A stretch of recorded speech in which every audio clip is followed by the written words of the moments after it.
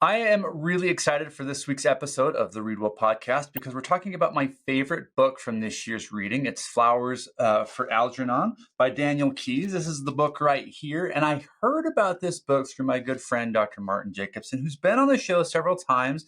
And I want to welcome you back, Dr. Jacobsen, or as we like to call you, Marty, on the show. How you doing?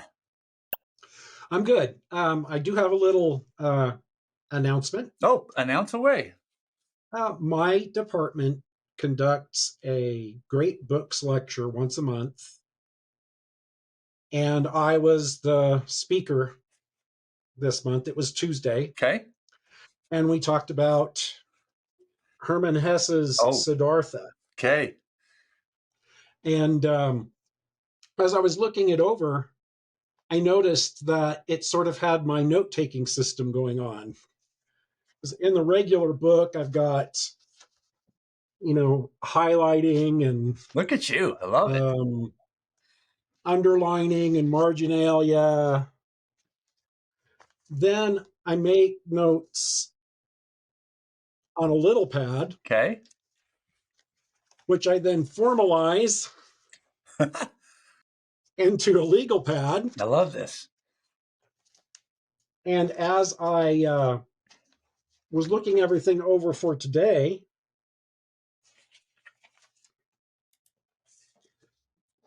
I've got the same system. Yes.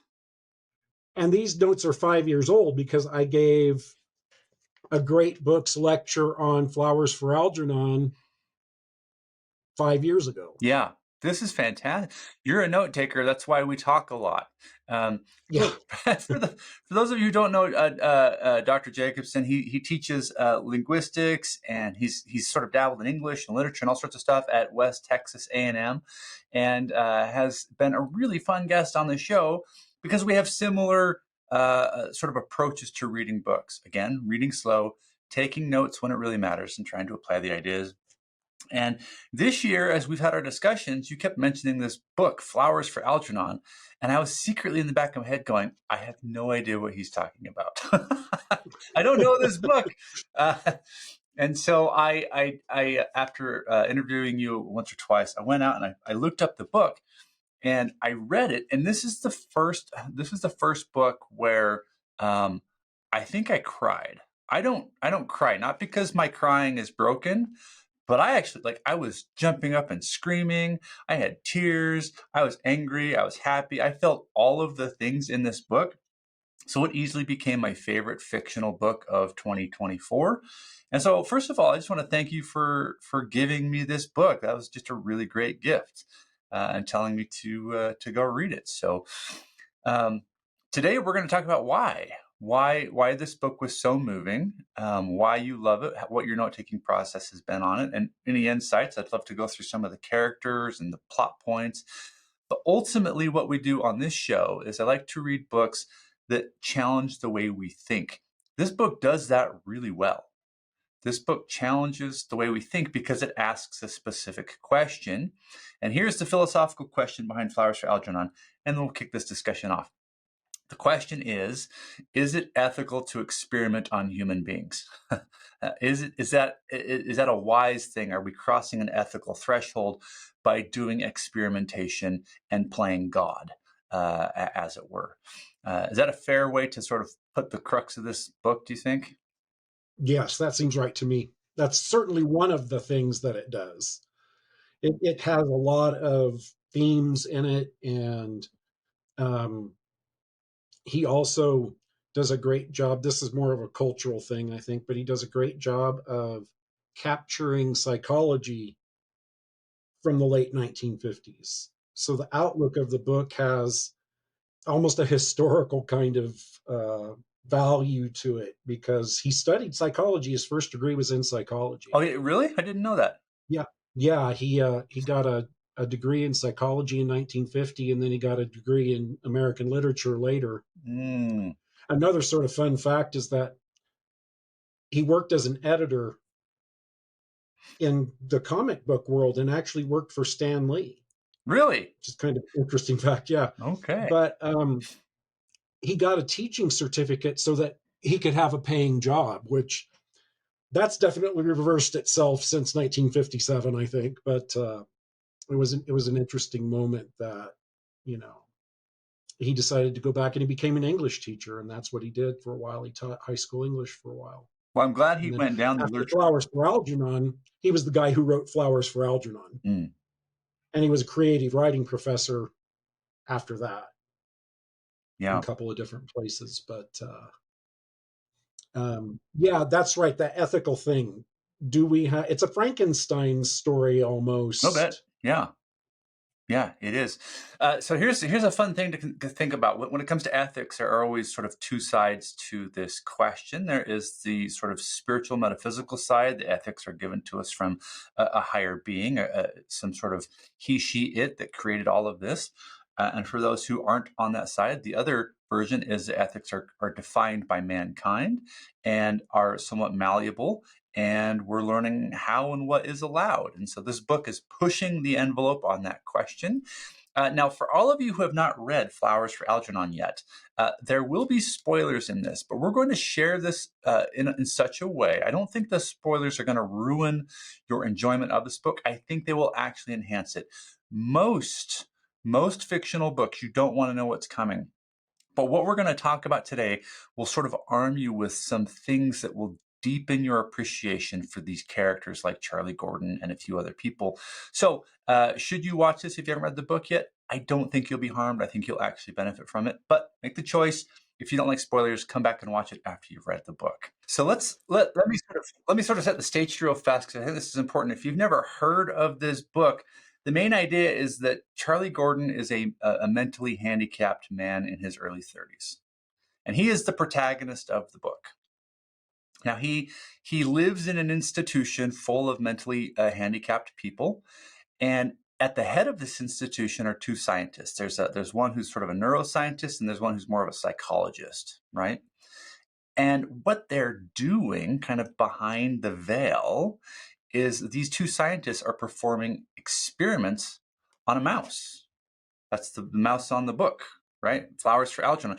And what they're trying to do is improve intelligence, right? Dr. Jacobsen, that's the goal. That they've Yes, that's right. They've discovered a procedure they can perform on a living creature that will make it smarter. Who wouldn't want that, right? I want to get smarter with a quick operation. And it works on the mouse, at least in the beginning. This mouse is able to go through very complex mazes quickly. It starts to learn rapidly, and they think, this is great. Let's move it to a human being. And so what Marty was saying is they began to look at their pool of patients in the mental institution, and they had to pick someone who was going to be right for this procedure. And as you pointed out, they picked a young man named Charlie Gordon in his early 30s. And you mentioned that they picked him because of his sort of work ethic. What do you mean by that? Well, Alice Kenyon says that he's very earnest in his studies and that he works very hard at them. And it's that work ethic, as you put it, that's going to make the procedure work, because he's got sort of a native endowment for conscientiousness and pertinacity, right? And he has a job. He works at a bakery, so it's, you know, he does have models for this kind of thing too. And if he's going to carry out if the outcomes are going to be null if the subject has no gumption or no attributes for performance, right? Okay. So these two scientists, the neuroscientist and the psychologist, are going, who do we use? We can't, I mean, we've only got one shot at this because our careers are on the line. If we don't get this right, we're going to get in a lot of trouble. We're experimenting on a human. So we need to get somebody who's going to take this seriously, who actually wants to get smarter, who's going to put the work in. And so they're looking at all of their patients. And Charlie is this nice, lovable, sweet guy who works at a bakery. He sweeps floors at the bakery. That's pretty much all he can handle, is like basic menial tasks. He was given the job in the bakery as a kindness, pretty much, right? The guy who owns the bakery is helping him because he knows he's mentally handicapped and so on. but everybody likes Charlie. Everybody's friends with Charlie, at least he thinks. And that's another interesting thing I want to explore with you today is how friendship changes as Charlie changes, because that's interesting. Oh, yeah. Yeah. But in the beginning, he is a hardworking, naive, simple guy who wants to get smarter. He actually wants to be smart, and he knows that he's not everything he could be. So that's our first step in the book, right? He's chosen because of Correct. who he is. Yeah. Okay. Well, so you mentioned that there's this wonderful lady in there named Alice. Alice is his teacher.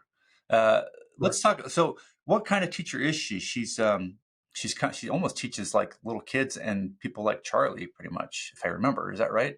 Right. She works in the institute Okay. and she teaches mentally challenged adults. Hmm. And Charlie was one of the students in her class.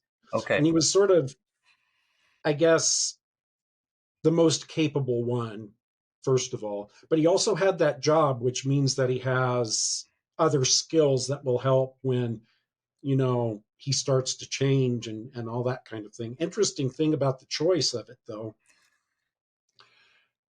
is was he capable of informed consent for this procedure? Well, that's a good question. That's like, this is one of the things when I teach this to my freshmen, this is the big question.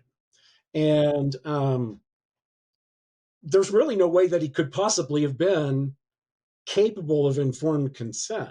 But back in 1966, when this novel was published, that was probably a lesser question than it is in 2024, where consent's a much bigger part of our common parlance and a bigger consideration socially. But um, the there are several episodes in the book where Nemo or Strauss or even Alice will say, "Man, we gave you this opportunity." Yeah. Like it's a gift, right? That they're doing for him, which it's not at all.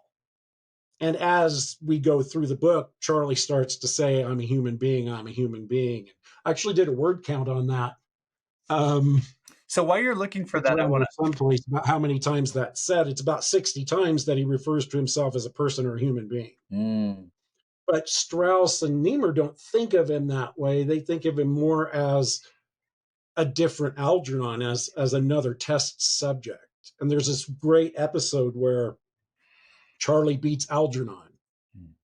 and then he beats him 10 times. It's really interesting to me So, that it's 10 times, so but let's they hit ran pause. Algernon through the maze 10 times. So it's a Okay. procedure. It's a Yeah. procedure. It's evidence that it was a procedure being performed on him. So for people who haven't read the book yet, what Dr. Jacobsen's talking about is that there are the two scientists, Professor Niemeyer and Professor Strauss. Niemeyer's the neuroscientist, Strauss is the psychologist. They don't necessarily see Charlie as a human being. They see him as a test subject. Now, as they perform this operation on him, because he is chosen, uh, he uh, he begins to grow in intelligence. At the very beginning, he's same old Charlie after the procedure, and he's somewhat disappointed in that. Charlie thought he would instantly be smarter. He has to put the work in, though, and apply himself, and the neural connections begin to happen. The synapses fire faster and faster, and eventually he becomes quite intelligent. But as he grows in intelligence, his understanding of self changes, and he becomes a human being, which is what Dr. Jacobsen is talking about. In the beginning, Charlie's just happy to be in the room, but as he gets smart, he realizes, wait a minute, I'm a human being. I'm a separate entity. I'm a creature with rights. I have rights. And this is metaphorical of what happens when people get educated. The more educated we get, the more we understand that we have a specific place in society, that we have rights, that we should act a specific way, and so on. But what I like is you said that Charlie begins to beat Algernon. For everybody listening, if you haven't read the book, Algernon's the mouse. What Dr. Jacobsen means there is that the scientists have been testing the mouse's intelligence by running him through a maze. After Charlie gets the same procedure, they give Charlie pretty much an identical maze and see if he can run the same pattern and get there faster than the mouse. And for the first several days or weeks after the procedure, he can't. he's still plain old Charlie, and he gets frustrated, but eventually his intelligence picks up and he starts to beat the mouse through the maze, right? And it becomes Right. apparent that, oh, Charlie's getting smarter now. So another thing that I think is interesting is how the book is written. I think the style of the writing is probably the most enjoyable part of the book, and it threw me off in the beginning. But the book is written it's written in what we call progress reports. It's like a diary of Charlie Gordon. So, can you talk to us about why that style of progress report matters and how it helps us experience his intelligence as it grows? Yeah, well, we refer to that as an epistolary novel. Mm. And an epistolary novel is basically a novel that comprises written records of some kind, whether they be letters, telegrams. Dracula is an Dracula. Yeah. epistolary novel as well. Mm-hmm. So, and this, I mean, you bring us up, and it puts us right in the middle of the issue. Okay, we're getting our understanding of this highly sophisticated procedure from the guy it was performed on, and it's performed on him for the very reason that he's not very bright, Mm-hmm. right? So, as Shakespeare says, is this a tale told by an idiot? I mean, that's a valid question. Okay, it seems judgmental, but then there's another passage in the book where, and they make this point more than once, that he's the only person who can tell the story, because nobody else is experiencing this rapid increase in intelligence. Mm-hmm. He goes from 68 to 185 in IQ. That's 7 standard deviations. The way IQ tests work is that all of the possible scores are laid on a bell curve, and every standard deviation is like another level of intellectual capacity. Mm-hmm. Okay. And we see Charlie sort of go through these. Mm-hmm. And there's an interesting passage about that, actually. Okay. Let me find it here. So while you're looking for this, I think that what I want to point out as Dr. Jacobsen reads these passages, the progress reports change in quality over time. So in the very beginning of the book, as Charlie's writing, you can definitely tell he's very sort of simple-minded. Almost all the words are spelled wrong. It's like chaotically written. It was actually hard for me to read in the beginning. I was like, oh my gosh, then I realized, oh, this is the handicapped guy writing, and he's being asked to write these reports by the scientists every day. How are you feeling? But each day as the progress reports change, he gets smarter, and you can tell because the grammar gets fixed. He starts crossing out words and spelling them right. And then he begins using words I don't understand. Eventually in the book, I'm like, he's past me. And that's the interesting part of this book, is that you can identify for yourself when Charlie gets smarter than you. Yeah. Oh, he just passed me. And I think, too, that it's a brilliant instance of the writer showing instead of telling. Mm-hmm. We're not just getting this sort of description of how much smarter Charlie is. We see his writing change. We see that there's this great passage. It's April 6th and 7th. Mm-hmm. It's page 38 in the book. Mm-hmm. Today I learned the comma. Yeah. Yeah. This is a comma, a period with a tail, Miss Kenyon says. It's important because it makes writing better. She said somebody could lose a lot of money if a comma isn't in the right place. And he's got a comma like every 2 or 3 words, yeah. right? Yeah. Now what's interesting about this to me, and this is speculation at some level, but this is the language acquisition process. This is how language acquisition works. And the language acquisition hypothesis was actually kind of a new thing when Keyes was studying psychology. Interesting. And basically the idea is that every healthy human has the capacity for language acquisition.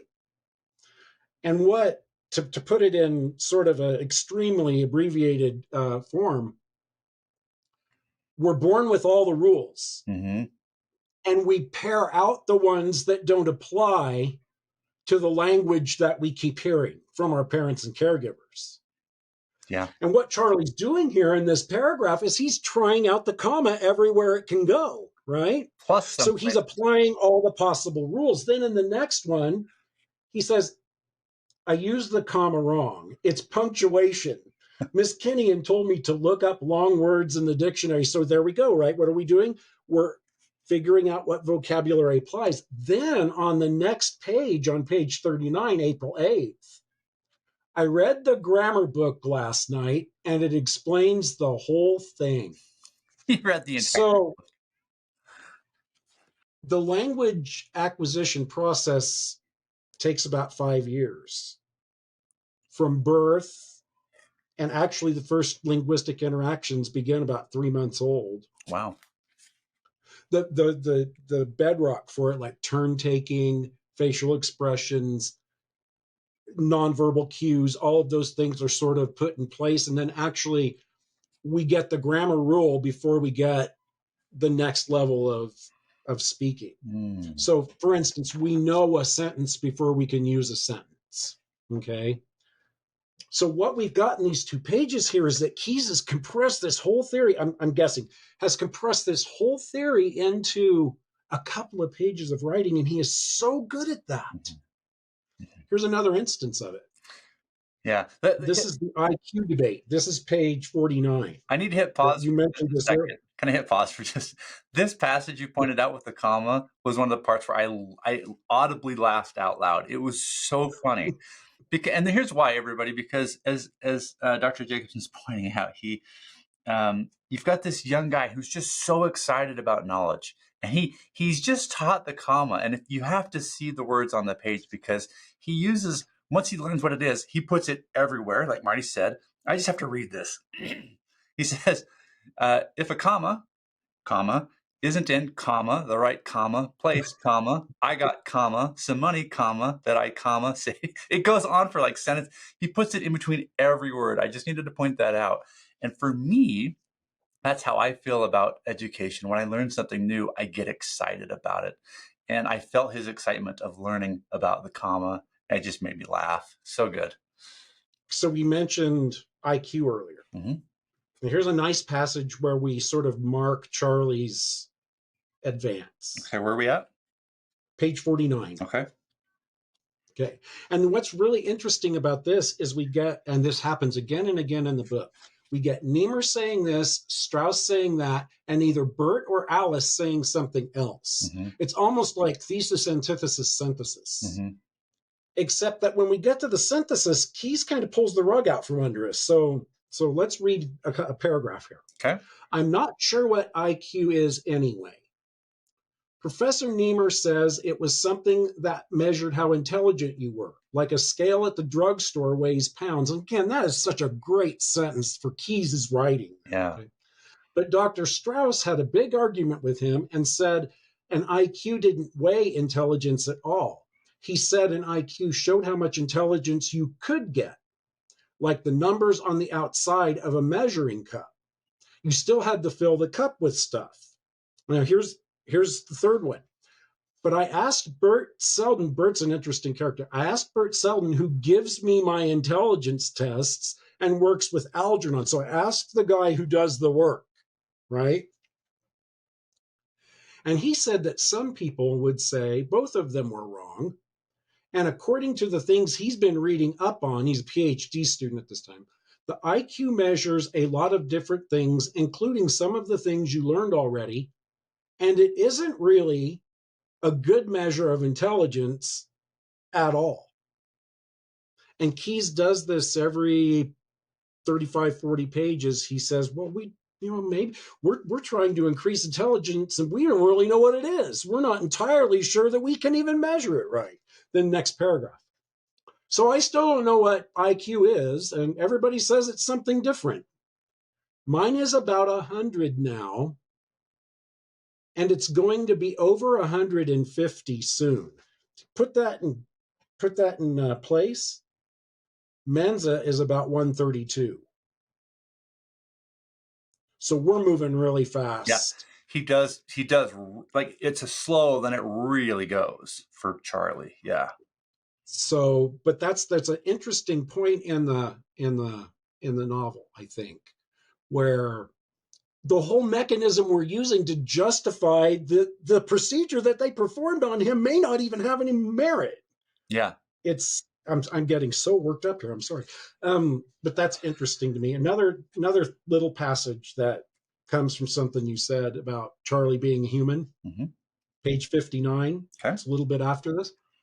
It's getting harder for me to write down all my thoughts and feelings because I know that people are reading them. Maybe it would be better if I could keep some of these reports private for a while. Now, there's a word that he probably never thought of before, was privacy. Okay. I'm going to ask Dr. Strauss, why should it suddenly start to bother me? Yeah. The idea that he might have a private thought. Why should that be bothering me? He didn't even have I mean, again, it goes back to the informed consent question. I need to spend some time there for just a minute. First of all, I love that you pointed this section out, because this is where again, Charlie begins to see himself as a real human being and realizes he has a private side and a public side. Children don't know that. I have little kids who at all have no idea that running around in the street naked is a problem. But once they hit about 8 or 9, they're like very concerned, right? Like it kicks in, and certain things need to be kept private. We see that in Charlie, which is why I think Daniel Keyes is such a brilliant writer, was because he got all that psychology in there, and it makes you as a reader go, I have felt that. I have felt that time in my life where I realized I need to keep some things private, right? And so you can instantly relate with the progress Charlie's making. I do want to go back to the informed consent thing for just 2 seconds. That is so personal to me and means so much. I hadn't thought of that. And now I want to read the entire book again. But for the people who watch my show, many of you know that I recently, well, a year and a half ago, left the Mormon Church. And one of the reasons why I did that is because I really struggle with the lack of informed consent in that specific religion. I'm not against all religion. I'm just saying in that specific one. Case in point, I actually served as a missionary for that church when I went, and we were encouraged to meet new people. And on the second discussion that we would meet with them, so 3 or 4 days after, we were committing them to be baptized within a couple of weeks. They don't know anything about church history. They don't know the fact that they're going to have to pay 10% of their income to the church for the rest of their life. They don't know that they can't drink coffee or tea yet, and they're having to commit and put a date on the calendar. They don't know there's so much to that religion that they need to know about before they can intelligently say, yes, this is a good choice for me.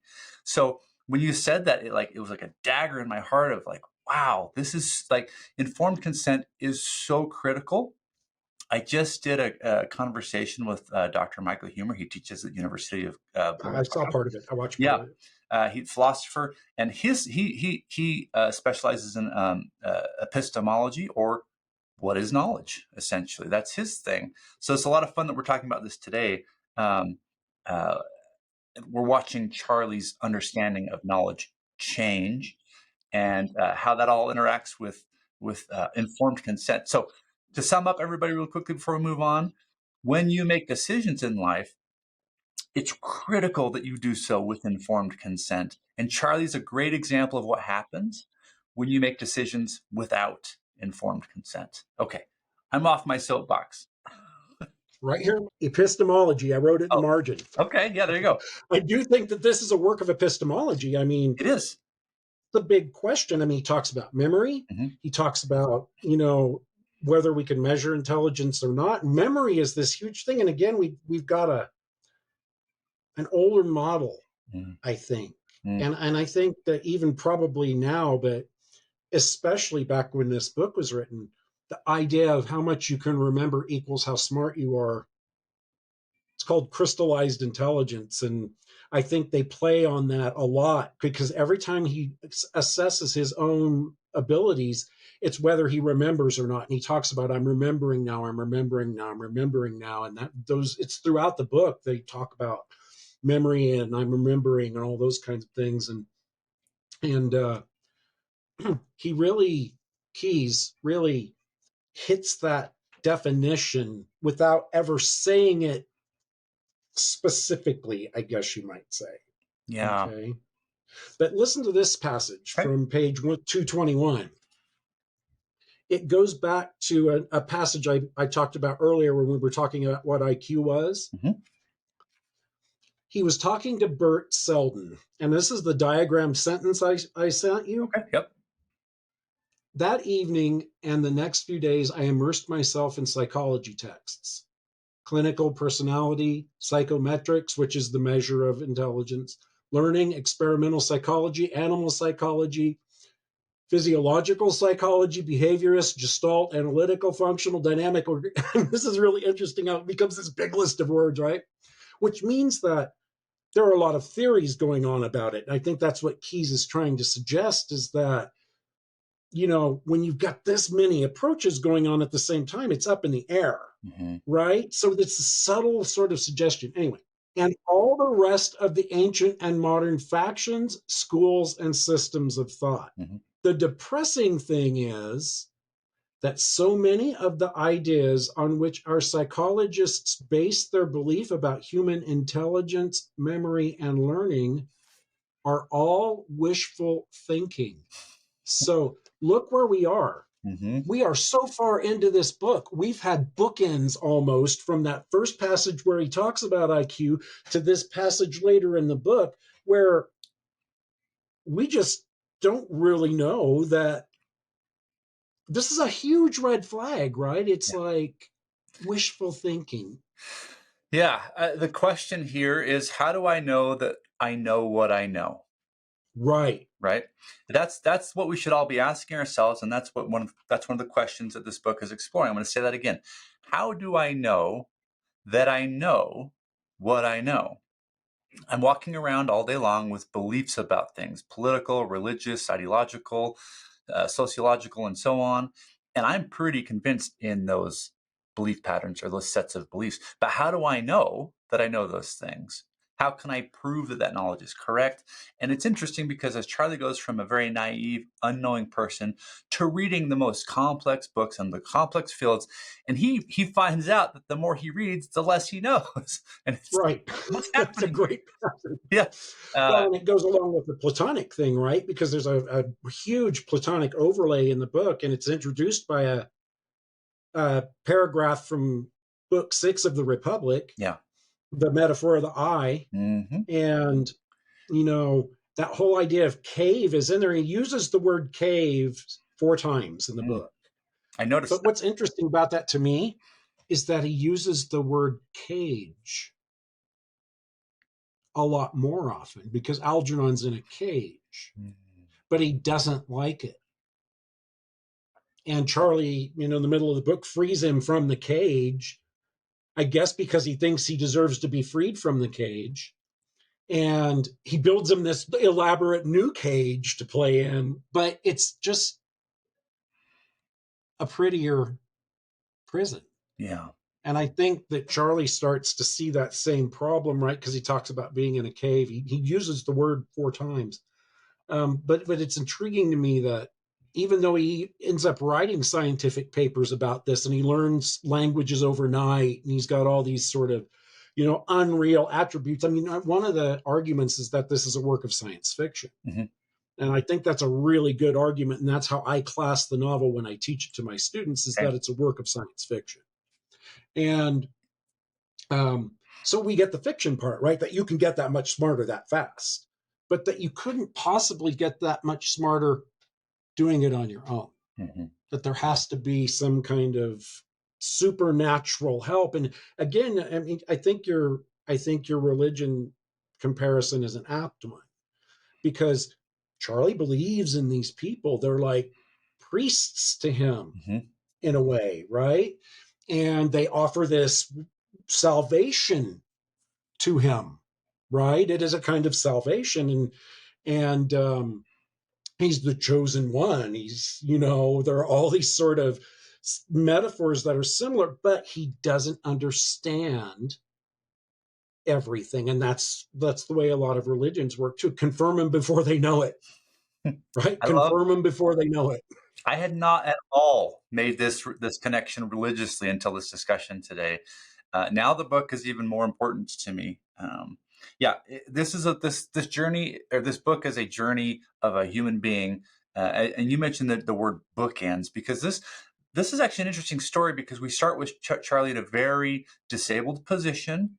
He grows to superhuman power intellectually, far outpasses and even publicly shames the neuroscientists that operated on him. Right? He's at a party at one point, and this neuroscientist is trying to look intellectual and share his theories, and Charlie steps in. He's like, actually, and he starts to correct him and say that's wrong. The current research says this. So he's surpassed his what's the word? His preachers, his pastors. Well, I can't remember what you said. Creators, even if you want to say. Yeah, he's surpassed them. But, and this is an important point, and this is a spoiler, so close your ears if you need to, you guys. But Charlie, so there's a point in the book where the intelligence becomes too much. It becomes detrimental to the creature. And we see it in Algernon first, because he has the operation first. Algernon begins to declines into madness, starts banging its head on the side of the cage, like running around frantically in the maze. And Charlie sees this and starts to panic, like, oh, is this where I'm headed? And Charlie begins to descend. And that is the most important part of this book for me, because we get to see the full arc of how the world treats Charlie when he's naive, to when he's super intelligent, to when he's back to a deteriorated state. Right. Let's talk about that for just a minute. Let's talk about how the other characters treat him through that arc. So in the beginning, when he's simple, naive Charlie, what are people like to him? How do they treat him? Well, they make fun of him. They make sport of him. They play jokes on him. And he doesn't really know that they're doing that, right? He says, I pulled a Charlie Gordon. That's kind of the key line that Keyes uses in that instance, and it sort of sums up everything that's going on. Well, I pulled a real Charlie Gordon. He doesn't really know what that means. He just has heard other people say it about him. Then as he gets smarter and continues to work at the bakery, he runs the big machine that nobody else is smart enough to use, and then everybody hates it. And an interesting thing, there's a great movie from the 90s called Phenomenon where this kind of thing happens. John Travolta is the star of it. He's got a brain tumor that makes him brilliant. So there's a spoiler alert. You don't have to watch the movie now. But it's the same. He's a regular guy. He's an auto mechanic. He's affected by this brain tumor. It stimulates his mind. He does the same thing that Charlie does. He gets way smart, and then the tumor takes his life. And sorry, I'm ruining the movie for it. It's a great movie. It's on Tubi. You should watch it. If you haven't seen it yet, it's your fault. It's an old movie. That's right. It's 96. Yeah, by God. Fine. So, anyway, but what's interesting about it, as you say this, is that Niemeyer and Strauss aren't worried about him at all. They're worried about what's going to happen to them if this experiment doesn't fail. So they put him on display at this convention in Chicago, and they play the film of when they were doing the Rorschach test on him before, and he didn't know that they did that. There's your consent problem again. They were filming him, and he didn't know they were filming him. And they're using it as a basis of comparison now, and they're showing people without even mentioning to him that they're exploiting what he used to be vis-a-vis what he is now, and more importantly, to them, what we are for having made him this. Right? But there's this really interesting thing that Keyes does in the book where we get Niemeyer, we get Strauss, and then we get either Alice or Bert. Mm-hmm. And Alice and Bert, and Alice is always sort of, you have a responsibility to these people. You have a responsibility to the Institute. You have a responsibility to knowledge. You have a responsibility to the future of others. And there's all these sorts of piled on him, right? And anyway, there's this thesis, antithesis, synthesis thing going on throughout the book. But what's interesting about it is that Bert and Alice kind of understand how Charlie feels about it, but Niemeyer and Strauss don't even give a damn. They're just, how is this going to affect me? And then we find out, there are other elements to that, and that they are sort of seeking recognition and the benefits that go with it and all these other kinds of things. But there are hints throughout that even they know that he's probably not going to be intelligent forever. And another brilliant thing about Keyes' writing is that foreshadowing is usually subtle, but not in this book. Not in this book at all. It's like Keyes is standing there with a sign in his hand saying, it's coming. It's coming, right? And it doesn't make it any less tragic. But again, I think that the way that Keyes writes this book, and it's hard to pin down who's who, but what we're talking about here is the ancient Greek concept of hubris. That, the scientists are guilty of hubris, and Charlie becomes guilty of hubris as well. And there's this but Charlie in the end, he at least has a moment where he's ashamed of the way that he used to act, and he understands that there's an EQ IQ gulf. And it's an interesting passage right here, and let me find it. The problem is that Charlie does feel guilt about how he behaved, but he has to come down from that height into more normalcy before he starts to feel guilty about being a jerk in his higher intellect, right? That's another lesson, that sometimes when we're at the height of our podium, we can't see ourselves for what we really are. That hubris takes a hold. Yeah. So here's this great passage. It's on page 77. Hey, I'm there. It's a lie, I explained as we walked out into the lobby. Things just don't happen that way. Of course not, she laughed. It's a world of make-believe. Oh, no, that's no answer, I insisted. Even in the world of make-believe, there have to be rules. Parts have to be consistent and belong together. This kind of picture is a lie. Things are forced to fit because the writer or director or somebody wanted something in it that didn't belong, and it just doesn't feel right. And if that is not a masterful summary of Aristotle's Poetics, I've never seen one. So there, again, Keyes has got a sort of classical, tragic construction in this book where we rise to the top, fall straight down. Yeah. Okay. And it's because we have this ambition that is beyond our ability, or is the result of an obsession that we're going to carry through no matter what happens. So you compare it to Creon in Antigone, right?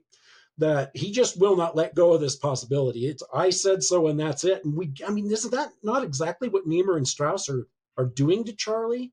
I mean, even Alice, I think, to some degree, says, we're doing it anyway. We're doing this no matter what. Yeah. And no matter what is that Charlie has this dreadful experience in his life because of it. I mean, that's another question that I ask in the class, and students really like to think about this. Was Charlie any less happy? Would he have been any less happy if this hadn't happened? That's an interesting question. If we go back to the concept of how people, because I'm going to tie happiness to relationships. He has relationships all throughout the book. In the beginning, though, as you mentioned, people make fun of him, and he says, "Oh, I pulled another Charlie Gordon," but he thinks they're his friends. He thinks everybody loves him. He's having a great time. People are laughing with him. He doesn't realize they're laughing at him. He's not smart enough to know that yet. As he gets smarter, he actually begins to make some friends because he gets into the world of sort of normal intelligence pretty quickly. People start to go, "Oh, Charlie, you're changing. What's going on?" His boss gives him a promotion to the bigger machine. And his teacher, Allison, starts to be like, "Wow, you're really..." And they actually start hanging out. And you think, is there like a romantic interest here? And, and what I want to explore is the theme of relationships and sex that he experiences through the book, because there are two women in this book that Charlie interfaces with. Allison, his teacher, who he greatly loves and wants to be with and wants to treat her like a real woman, but he doesn't know how to act around her. No idea. He can't figure it out. In the beginning of his journey, there's reverence for her because she's the teacher and she's kind and sweet. As he gets intelligent, he realizes she's beautiful. Whoa, I didn't see that before. She's gorgeous. And then he starts to want to be romantic with her, but he's still, even though he's smart up here intelligently, one of the interesting things about this book, Dr. Jacobsen, he grows in IQ, but his emotional intelligence never Right. catches him. He stays, our emotional intelligence is different than our intellectual intelligence. And he never develops that emotional intelligence. He always stays emotionally insecure. He always stays a child. He's always like questioning himself. So when he's alone with Allison, he behaves like a 6-year-old or like an 8-year-old boy in a 32-year-old body. He wants to kiss her, but he doesn't even know how to do that. Right. That creates some interesting tension. The other girl is he moves out, gets his own apartment. Faye, right? Faye is a free spirit. She's wild. She's the kind of girl that comes through your window because they have adjoining apartments. Literally in the book, yeah. She crawls across the fire escape and will literally come through his window naked. Like, she's just that sort of free-spirited girl, and she teaches him about, the physical side of relationships. And we get to watch him deal with that intellectually at one level and emotionally at a very different level. So I just think that needs to be pointed out too. That's another reason why I love this book, because Keyes is not just exploring intelligence, but he's exploring how intelligence affects other aspects of our lives. Right. Right. That's right. That's exactly right. Yeah, I loved this book for so many reasons, but the characters are really important because of how they interact with Charlie. So for anybody that hasn't read the book yet, while Marty's looking up this passage, pay attention to all of the different characters. Pay attention to how they change as Charlie changes, and that will give you a sense of the psychology of the book as well. In fact, I wanted to read a quick passage here. I'm on page 199. This is May 17th. He's lying next to Faye, and he doesn't know how to. he's in bed with her, and she says, "It says I settled down beside her. I don't know much about this kind of music. I have to think about it." And she's, "Don't think about it," she whispered. "Feel it. Let it sweep over you like the sea without trying to understand." She lay back on the grass and turned her face in the direction of the music. I had no way of knowing what she expected of me. So that last line is always in Charlie's head. I have no idea what she's expecting right now. And he's always trying to apply the things he's learned in books to women, right? Is this like a physics problem? Is this a math problem? What's the logic here? And he can't feel. He doesn't know how to feel. Well, he doesn't know how hearts work at all. Mm-mm. Yeah, and that's Or something you can't learn. even just he doesn't even really even understand like lust. Mm-hmm. I mean, he's without basic. If we put this on Maslow's pyramid, he only really had subsistence level motives before. Mm-hmm. If we take this back to informed consent really quickly while you're looking for this, for Charlie to decide whether he wants this operation or not, one, the doctors would have had to explain to him all of the different things he would encounter and what life would be like with or without this surgery. And they would have needed to explain, you're going to experience love and relationships and sexual encounters and those kinds of things. But the problem is, Charlie was at such a naive level or a low level of intellect, he couldn't have received that information. So even if they had told him those things, we're going to be videoing you in the Rorschach test, he wasn't smart enough to know what that test is or why that would matter. That's so right. This is a problem too with informed consent, that the person who's being asked to believe or change their knowledge might not be ready for that yet. Man, that's so good, that insight. Alice, he's talking to Alice and he's thinking about Alice. And he says there's this really interesting passage where he says, my IQ is higher than hers now. Mm-hmm. Then her IQ was higher than mine at 68. Mm-hmm. I did the math. Okay. Her IQ would have been 128, which is top 2%, really, of the general population, almost. That's way smart, right? And she's got all these accolades, and she's talking about writing a thesis. I think she and Bert are both kind of getting a higher degree, which is really interesting to me, that we've got other learners in the story, right? But they seem to have more on the ball than Strauss and Niemeyer do. Oh, for which sure. is kind of an interesting thing to me. Anyway, it's an important moment when Charlie sort of thinks about Alice in that clinical way that he's been thinking about himself, because he's got this clinical lens. Whether when we get lost sometimes because the action's right on top of the story, but I think we forget that everything Charlie says is Charlie describing himself. He's writing about himself. It's a clinical enterprise. It's a progress report, right? It's not a diary entry. Mm-hmm. So there is this clinical, and that's that clinical voice that Charlie adopts. I mean, Yeah. sometimes it's I got to write this about myself. Sometimes it's I wrote this article in Hindi about, Yeah. and then later on it's not. But it's always this. He's always a little bit away from himself. This is why I like. This is one of the reasons why I like the book so much, because it makes you feel all of the sort of rainbow of emotions of human beings. With Allison, this woman that he loves, there's a point where you feel hope because you think, oh, Charlie's finally going to find somebody who will love him. Because Allison genuinely cares about him, and you see a point where his intelligence begins to reach hers, and you get excited. There's hope, but then you see it pass her, and once it passes her, like you at least I felt like, oh no, because you could see them starting to like sort of separate emotionally. She no longer feels comfortable with him in the same room because she's like, I don't fit. You're way beyond me. I can't even have a conversation with you anymore. And he doesn't know how to respond to that. So when I read this book the first time through, I felt like it was a science fiction book and a drama. If they had a baby, that would be Mm-hmm. Flowers for Algernon, right? Yeah, very good. Well, I guess we're getting close to sort of the hour mark here, and I want to sort of bring this down to the crest of where Charlie begins to come down at the end, because we're coming to the end.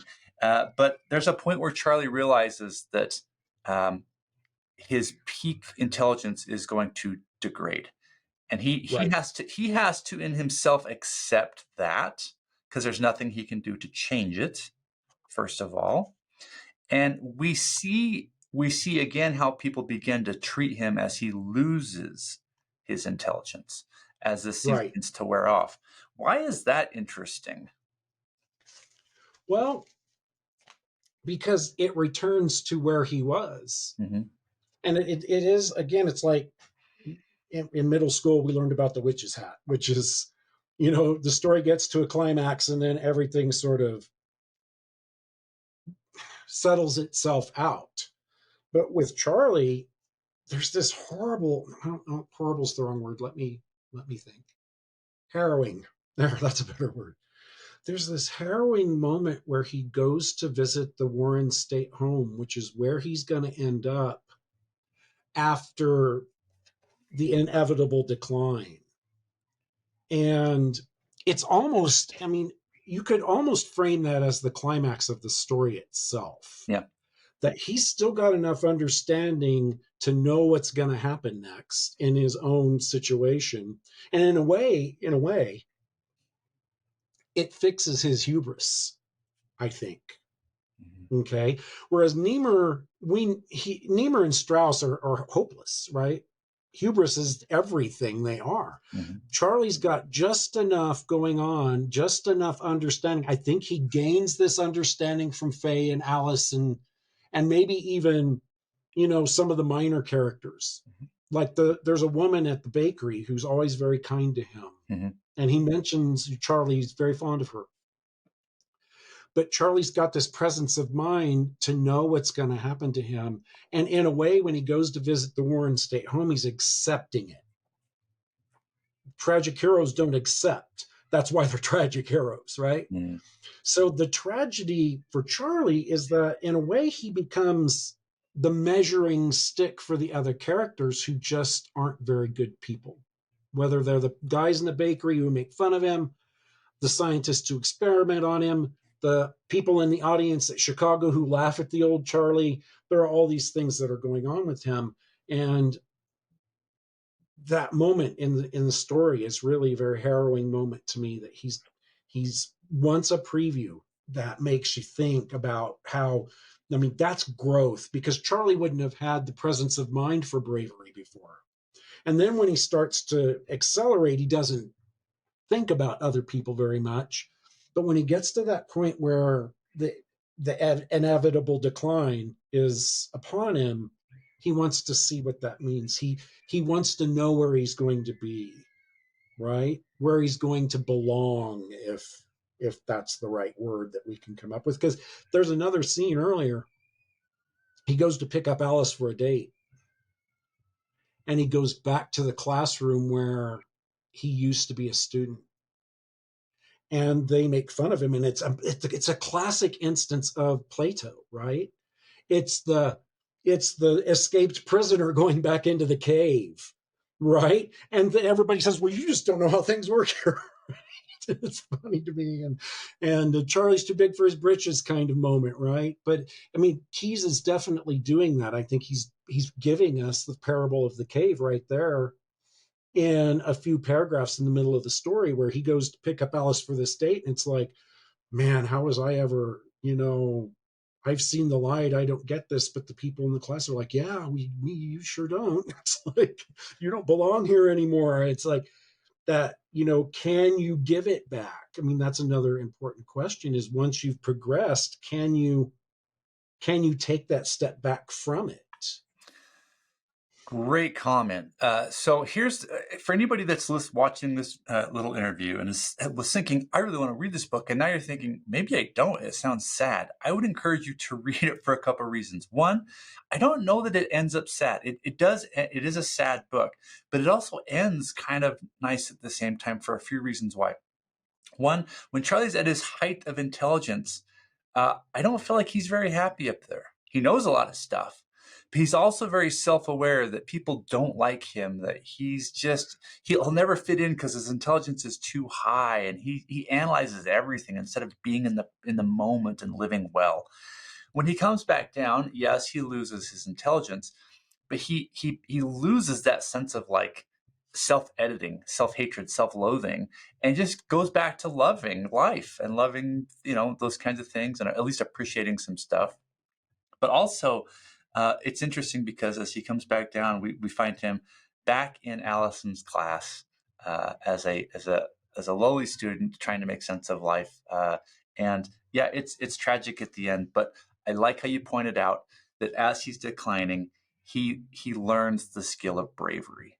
And I think that's what makes this book redeemable, is that you honor and love Charlie because he's gone through this journey and he's facing his death with courage. It Right. reminds me of Socrates, right? Yeah. Socrates, the philosopher who he taught a specific way of thinking, how to live well, and the Roman emperor did not like that, and they pretty much forced him to commit suicide, and he faced his death well. And just an important thing to think about. How do you face your end with bravery? Because we're Right. all going to Right. have Or an end. dignity, even, whatever. Right. That's right, with dignity and bravery, because I'm going to have to do that. Marty's going to have to do that. We're all going to have to do that. And so that's why this book's so great, because it sort of, you get to experience something hard with some courage, and it's a beautiful ending, I think. Hard but beautiful. So yeah. Now, one of the things that we talk about in writing and in teaching literature is the so what question. Mhm. When something happens, so what? But in Flowers for Algernon, it's now what? I think the question becomes now what? Because Charlie really doesn't know what to do next, Mhm. right? Things are happening to him, and really, at some level, he doesn't have any control over any of it. And even when he's in the grip of his, you know, most creative and intellectually active moment, he doesn't know what to do. He doesn't know what to do with that. He publishes all these things, and he's trying to keep it. And then, he's participating in the analysis of his downfall as well. And that's a really sort of unsettling thing. But again, tragic heroes don't do that. That's not hubris. That's there's a bravery in that. I mean, that's there's a bravery in that. I'm going to map this until I can't anymore. It's important, but I think the importance has changed. Instead of the importance of supporting this for others, I think he's warning others. I think he wants to be in on warning other people or in stopping this from happening again. And there's bravery in that. And there's thinking of someone other than yourself in that. And I think in the Niemeyer actually does relent ultimately and say, no, we're not going to do it anymore. But Charlie that's a very brave moment where he knows it's not working out. He's going to use the rest of his ability to make sure that nobody else has to suffer what he is. Yeah, yeah, absolutely. I think this is a book that's, if you read it, anybody that's watching, if you choose to read this book, I think you'll be very happy that you did. And I hope that the comments we made today actually deepen your appreciation of that. For me, it definitely helped even more. I've read this book twice now. Now I got to go back and read it at least a third time with the concept of informed consent. Just that insight is like got my brain going 1,000 miles an hour. And now I want to go back and look for all of those little spots where these people are doing things to him without informed consent, and he thinks it's for his own benefit. Well, before we wrap up, is there anything else that you think we need to end on here for this book? Well, I mean, it's been a very spirited kind of, you know, I get kind of worked up sometimes if you didn't notice. So do I. Um, Yeah. there is something. It's toward the end when Algernon dies, and he didn't even remember to put it in his progress report. Mm, He said Algernon died 2 days ago, mm, and there's something in that, just that one sentence, mm. that he didn't even prioritize Algernon's death enough to mention it right away. The book changes at that moment, I think. And we know that Charlie's inevitably going to collapse. There's no hope anymore. If he can't remember his best friend, if he can't privilege what's happening to the only other entity that really could sympathize. And there's this little part in the middle where they're telepathic, right? There's a little bit of telepathy between them, and which is interesting. I mean, it's something that, if you know, that's a common trope in science fiction, that you telepathy is a kind of common trope in science fiction. So the fact that he and Algernon could have this little mind meld is not impossible, right? Yeah. But that he would forget that only person who ever, sympathized, that he would forget that he died, that he couldn't, that didn't strike him as important enough to mention right away. Everything that's almost the climax of the novel. Yeah. To me, is when he doesn't remember that it's not important enough to mention that Algernon died 2 days ago. That there's something really profound about that lapse, and I really do think it's a turning point in the book, and I think he's meant to do that. There are several points in this book where there are sentences like that, where as the reader, I just went, whoa. And just many, many sentences.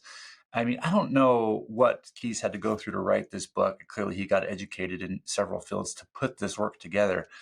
But there is something beyond just going to school that makes this book great. I mean, I don't know how he did it, but Yes. there are so many insights into just human behavior that I connect with that make me as a human go, wow, that was really good. So this book is one of my favorites. Again, it's one of my favorite books, and definitely the best fictional book I read in 2024 is Flowers for Algernon. I do sell it in my bookstore at edgewaterbookstore.com, and I make these cool little 4x6 notebooks that go along with it. What I did is I sort of captured my favorites, my 30 favorite quotes, and they're at the bottom of each page in the notebook. I've added 12 questions in here to help you sort of get more out of this book. For example, question 9, how does this novel explore the theme of loneliness? Because Charlie's very lonely throughout the book. And he becomes Yeah. aware of that loneliness as he gets more intelligent. And then he has to face a new kind of loneliness as he goes back into being uneducated. So, and I feel like that as well. I mean, we're in a society right now where loneliness is very prevalent in our lives. We're Yeah. connected Yeah. digitally, great, but my goodness, I miss the days in the 80s where you could go out to lunch with a friend and see a real human and shake their hand. We don't do that anymore, at least No, we not. really don't. So it's a We really great don't. novel for today. Yeah, there's a terrible passage in here about how college professors aren't as smart as they seem, and I don't like that one. That's not a very good passage at all. That's Now, fun. that should be strict, and we should make a new version where we strike that from the record. That can't possibly be so. But no, it's interesting how, yeah, he talks about the college kids and how he's jealous of them, and he wants to have those, and he starts smoking a pipe because he thinks it makes him look smart, and he's doing all these things.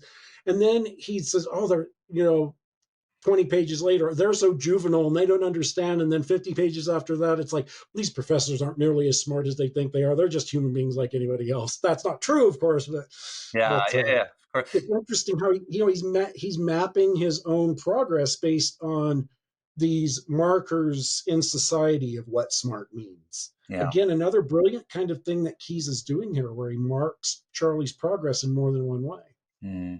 It's good. Well, everybody, if you're looking for a really good book to read, I think Dr. Jacobsen and I both fully endorse Flowers for Algernon. It's a book that I've given this book to several people now, and every time they're like, how come I haven't heard of this book? Where's this? And it's a very popular book. It's been around. It was written in the 50s. Is that right? It was the short story it's based on was written in 59. The novel was published in 66. Okay, there you go. So it's been around for a while. So a bit like the movie Phenomenon, if you haven't read it yet or seen it yet, sorry, it's been around a while. So, but hopefully our comments have helped you appreciate the book more and get more out of it. But yeah, consider going and picking it up and really sort of going on this arc of what it means to be a human being. All the good, all the bad, all the romance, all the hubris, all of the loneliness. It's really, really good. Dr. Jacobsen, thank you so much for being on the show again. I really enjoy having you on here. It's fun to nerd out about books we love, right? Yes, it surely is. And thank you for having me on. Yeah, I appreciate it. For everybody that's watching, again, leave us a comment down below. Let us know what you thought of this conversation. Did you like it? Is there anything we can do to make it better for you? And as always, until next time, remember to read slowly, take notes, and apply the ideas. I'll see you next time.